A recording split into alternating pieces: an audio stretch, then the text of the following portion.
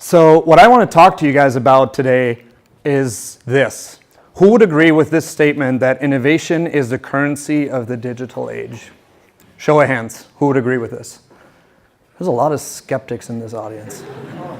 All right. Well, I guess it's not surprising. If you Google the word innovation, we did that this morning, 405 million search results show up in less than half a second. There's people running around with the term moonshots. They're posting it on whatever, Medium, social media, all of the different news outlets. There's a book on what makes an innovator's DNA and what makes you a really good innovator, whatever you do. Apple is investing billions and billions, all of the other companies do. Well, I mean, this omnipresence of innovation and the terminology and the topology around is really not surprising when you look at this. Especially large corporations are very scared right now. Why? Because they're going to die. That's what this chart says. So over the last 40 years, to make this really complex chart, there's a shit ton of analysis behind it. We're going to make this very simple. Over the last 4 decades, the chances that a company in pretty much any sector that they're going to die within the next 5 years, so this is the likelihood, increased from single digits to anywhere from 25 to almost 40%. So if you look at, let's take for example, the industrial goods, the 32.1. That means that 1 in 3 companies that are currently listed and traded on the US stock market in the industrial goods segment are going to be dead 5 years from now. So Lockheed Martin, Boeing, John Deere, you guys make your pick. So it's not surprising, right? If you're scared of dying within the next 5 years, that you're going to have to do something about it. You're going to have to come up with new stuff. You're going to have to innovate. You're going to have to create ideas. You're going to have to build new products, find new customers. Well, the problem with that is, do we even know what innovation really is? And does that even matter? So in our work at WATTx, at our innovation hub, all the time we're faced with that question. People look at us like, is that really an innovation? That's not new. That's been done before. How's that? That's not new technology. It can't be an innovation. People have tried this before. And my question to you guys would be, do those questions actually matter, or are they actually the right questions? And to figure that out, let's look at 3 examples. One example is actually the one that you learned about in last month's session, the Hyperloop. Would you guys agree that that's an innovation? Show of hands. Who thinks this is a really innovative solution? This is a little bit more convincing than the first question. It is. I mean, shooting people in capsules at 1,200 kilometers per hour from LA to San Francisco in something like 10 minutes seems pretty innovative to me. Well, here's a surprise for you. The idea of sending things in vacuum or pneumatic tubes in capsules has been around since 1850. Banks used to do it back then. Here's another example. We can all be very grateful to this lady for inventing what she invented, which is the coffee filter, and the lady on the right-hand side is Melita Benz. She's the reason since 1908 that we all enjoy our cup of coffee in the morning and we're not choking on a really big chunk on ground coffee, because that's the way you used to drink coffee in the early 20th century. But is that really an innovation? It probably could be. Well, how was the coffee filter invented? She looked no further than her kid's blotting paper that's used to soak up ink. That she just used that. She reassembled it, cut a big hole in a metal can, put the paper in it. There you go. Coffee filter. Innovation? A third example, Amazon Echo. It's probably the world's first really truly virtual assistant. Just in the first year, over 3 million units sold. It was the groundbreaking product in the smart home era. I'm going to make that claim. And it's really exciting to see what's going to happen now with Google Home being put out and that big, the platform war of the smart home going on and taking place. Well, the Echo is really not more than a garbage product of a secret Amazon project that they had that was centered around augmented reality. What they were actually working on was hologram-like displays in the home that would walk around with you. And 6 years later, we're ending up with a speaker that's merged with voice recognition, both of which have been around for quite some time. Innovation or not so much? Well, what's my point? My point is that when you think about new ideas, when you think about innovation, there's really no need to get caught up in the topology and the terminology around it, because it doesn't really matter. What matters is, how do you get there? How do you come up with ideas like that? How do you come up with the idea of just taking blotting paper and repurpose it and have the coffee filter? And we can still be very thankful to Melita Benz for that. So how do you get there? And the answer to that is what I call the art and science of innovation. And it's really art and science, and not art versus science, because you need both. You need those magical moments of creativity that once you have them, you can't even explain them to the person sitting next to you right now. You can't. It just happened. But you also need tools, you need processes, you need methods around it to make that stuff happen. And once you have an idea, to actually execute and build a product. It's a completely different story. So why don't we take a look together at a few cornerstones of innovation? Let's start with creativity. I would make the claim that anybody in this room is a creative person. Anybody. All it takes is the right tools to be creative. Think about wanting to put a nail into a wall to put up your newly framed picture. Kind of hard to do when you don't have a hammer, but when you have a sponge in hand. How are you going to get that hammer into the wall? So think about creativity and the different techniques. It's like this huge toolkit that you can choose from. And different people need different tools. I need a hammer. Some other people need a nail or a spatula or whatever it is. So make use of the different techniques that are available to you. So one technique, for example, that we use at WATTx, and we actually did that a couple weeks ago, is called rapid idea sketching. That's a task where people sit down, you pair them up, it's teams of two, and you tell them, write down your 3 top ideas that come to your mind right now. You pick one, you draw out the solution, you sketch out the problem, and you actually create pro forma personas of 2 people who are affected on both sides of your idea. And then you actually sketch your solution. You have to draw it. It's 6 steps, takes nothing more than 30 minutes, and at the end of the day, we came up with 18 different ideas. Now, are all of those Hyperloop type quality ideas? No. But it doesn't matter, because there was probably a good handful of stuff that we're going to pursue and probably prototype. And there's another piece of advice for you. Be mindful of time and space and events that allow each and every single one of you to be creative. Why am I saying that? Because there's a study that was done, it's actually quite entertaining, but there was a study that shows that 72% of all people are most creative when they're in the shower. Yes. See, there you go. There you go. Sample size of 1, we're good. So now you know, with that study in mind, now you know why such a thing as water-repellent notepaper for showers exist. Which, by the way, they have the very interesting marketing slogan, "No more ideas down the drain." So much of that. Another point that we actually heard in the previous talk too is empathy. Empathy is a key driver of creativity. And empathy is the ability to intellectually and emotionally connect with other people, with another person. Why is that so important? Because if you can't connect with, for example, a user or a potential customer, how are you going to figure out what they want? How are you going to figure out what their actual problems are, and how are you going to figure out how to build a solution to help them with their problem?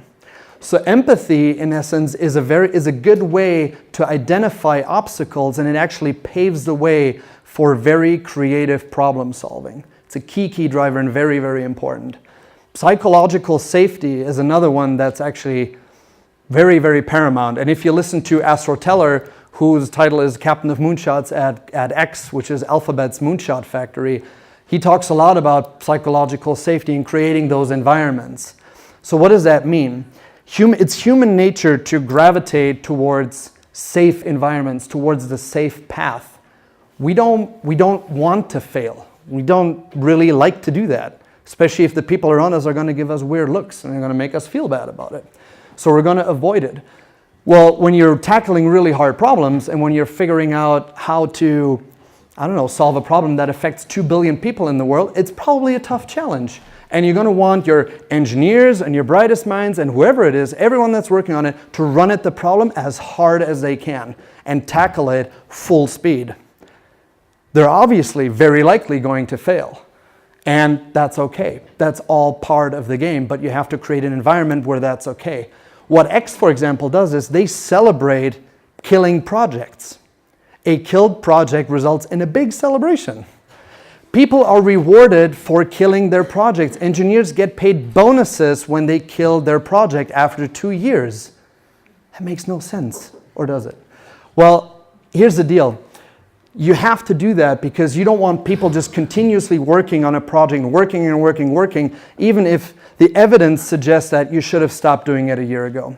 All those resources that went into that problem could have been spent elsewhere and much, much better and already tackled another big problem. That's why you have to create that incentive and provide that environment that it's actually really cool if your people come up to you and say, I think we have to kill my project. And even though I spend half of my time here on it, I think we got to kill it. Another one that's super important is diversity in personalities. Probably most of you are familiar with the Myers-Briggs personality types. So you can argue all you want about the accuracy of the test, and we're not going to have that debate today. What's very clear, though, is that, for example, Dow Chemical, which is one of the biggest companies in the world, they did a study where they measured performance of their teams and the output they generate. And what they found is that people with the personality type NT in the middle of the 4 letters, which stands for intuition and thinking, those teams were 95 times faster to output, and they were 900% more effective in generating new ideas and actually turning them into new business. That's a huge implication. Now, I'm not sure how many NTs are in the audience, but that, again, it doesn't matter. So if you're not an NT personality type and you know that, don't be discouraged at all, because everyone has a role to play in this. That's why, going back to that rapid idea sketching session I just talked about, we did 2 rounds of that. In the first round, we paired teams of 2s with very similar personality types. In round 2, we paired people with very opposite personality types. And what was striking is that in round 2, we were much better at ideating. We came up with much more creative ideas, and we actually had the solution much faster, and we aligned on the solution much faster, and we had the path forward much, much quicker. So all that says is, even if you're not an NT, what you want insights and visibility into the makeup and the makeup of your team, so you can place people and pair people so that they're most effective. You're trying to unleash and maximize their creative potential, and you can map that along an ideation process too, because different personality types and different skills and different characteristics are needed at different stages of an ideation process, for example. So ideating is a completely different ballgame than executing something, for example. And the last one that I want to emphasize is the right attitude. It's all about, so especially in our setting, it's all about the culture you create and the culture you verbalize and the culture you live in the workplace. So a few things that we point out to people is people have to check their ego at the door. No egos in our company, no egos in ideation session. It gets in the way of what you want to do, which is focus on content, which is my second point. Every conversation has to be focused on content. And it's probably very good too if you're, especially in your setting, or if you're thinking about maybe creating a startup or entering the working world at some point, it takes the politics out of your conversations because it's focused on creating the best possible solution to the problem you're facing. Another one is we're all about feedback, and we're all about very direct and very harsh feedback sometimes too, but it has to be constructive. And what that means is we call that people have to build on somebody else's idea. So if you have an idea and I don't like it, I can't just say, I don't agree with that. I have to make it better. At that point in time, it's my job and my responsibility to help you with your idea so you learn something and your idea gets better. So you're always building. You're always building on top of an idea to actually arrive at something that's much, much better than we had before. There's a sixth element that we're going to spend a little bit more time on, which is probably the least artful of everything that I want to talk about today and probably the most scientific, which is process. You need an ideation process. If you talk about a lot of different ideas, think about this. I mean, I just mentioned that rapid idea sketching session, and we came up with 18 different ideas in 60 minutes, which is still not a lot. You can still do way more. And there's a lot of other stuff in our heads that we want to do and that we want to build. How will you keep track? How do you decide what do you execute? Where do you spend your time and why? So that's why this is so important. So in essence, we differentiate between 5 different phases. We move from ideation, where a lot of the things that I talked about previously come into play. You generate a lot of different ideas. Then we move into a discovery phase, which is where we really dig deep into the research across different streams. So for example, UX discovery is our user research. You do technological discovery, which is you're looking at what technologies are out there and so on. And obviously you look at your market too, and you want to talk to a lot of experts.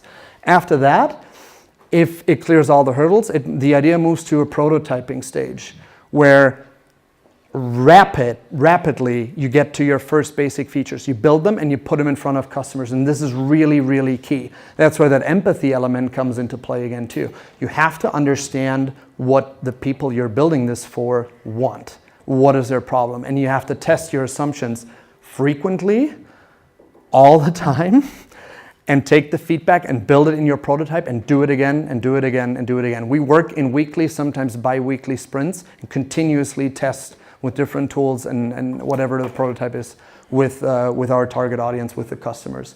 If that all goes well, it moves to an MVP stage, which is we build a very basic functioning version. It's not a product that would be ready to go into serial production or actually hit the market.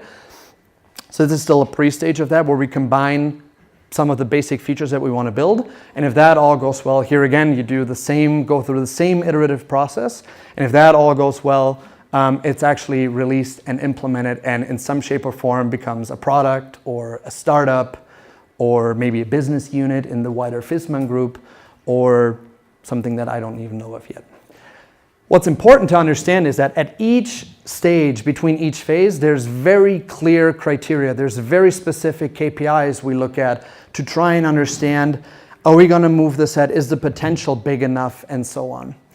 Killing an idea is just as important as promoting an idea, probably even more important. You have to say no to topics for various reasons. You don't want to spend resources on something that's not going to turn out anyway, and you know it.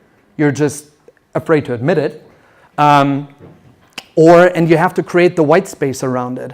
You have to create the white space because white space, as psychologists say, enable us to actually be more creative and generate even more ideas. Do you want to take questions afterwards? Is that okay?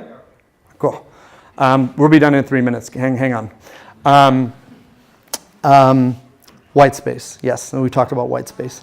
And one surprising fact maybe for you guys, business plans and hard business metrics, we don't care about that until we're in the MVP stage. Why? As Steve Blank, who is actually the guy who invented the lean startup before Eric Ries put his name on it and made it a little bit better, said at a conference where we saw him a couple months ago, the problem with business plans is they never survive first customer contact. Never. So why bother building a business plan and making all your metrics look great if you haven't gone through the whole user process and you're not even sure whether anyone wants to buy your product at the end of the day? So out of all of this, what are the 2 things that I would like you guys to take away from today for your own venture, your own startup, for whatever it is you're doing, for whatever it is you're building? There's 2/3 things. Number 1, empathy. Think about the people you're building this product or the solution for. As this design proverb goes, we spend way too much time designing the bridge, making sure it's perfect, without having thought about the people that are actually crossing it, who have the experience of going across the bridge. That'd be number 1. And number 2 is be a little bit like Einstein. You can't solve existing problems with existing thought patterns. Whatever it is that allows you to let go of what you know and what you've learned, do it. Don't be afraid to go to people that you don't know and ask them for help. Like, go outside of your comfort zone. Go outside of your comfort zone in terms of tools. Anything that allows you to break those old thought patterns is great. And thirdly, going back to our beloved coffee filter inventor, be a little bit like Melita. Don't wait for the divine inspiration. We all want to create something groundbreaking new because we can tell our friends and our teammates and really impress everyone. Don't wait for it.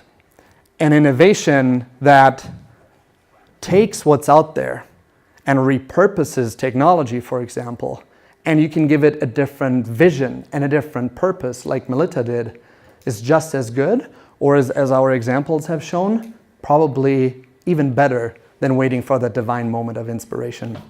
So now we're ready for questions. Thanks, guys.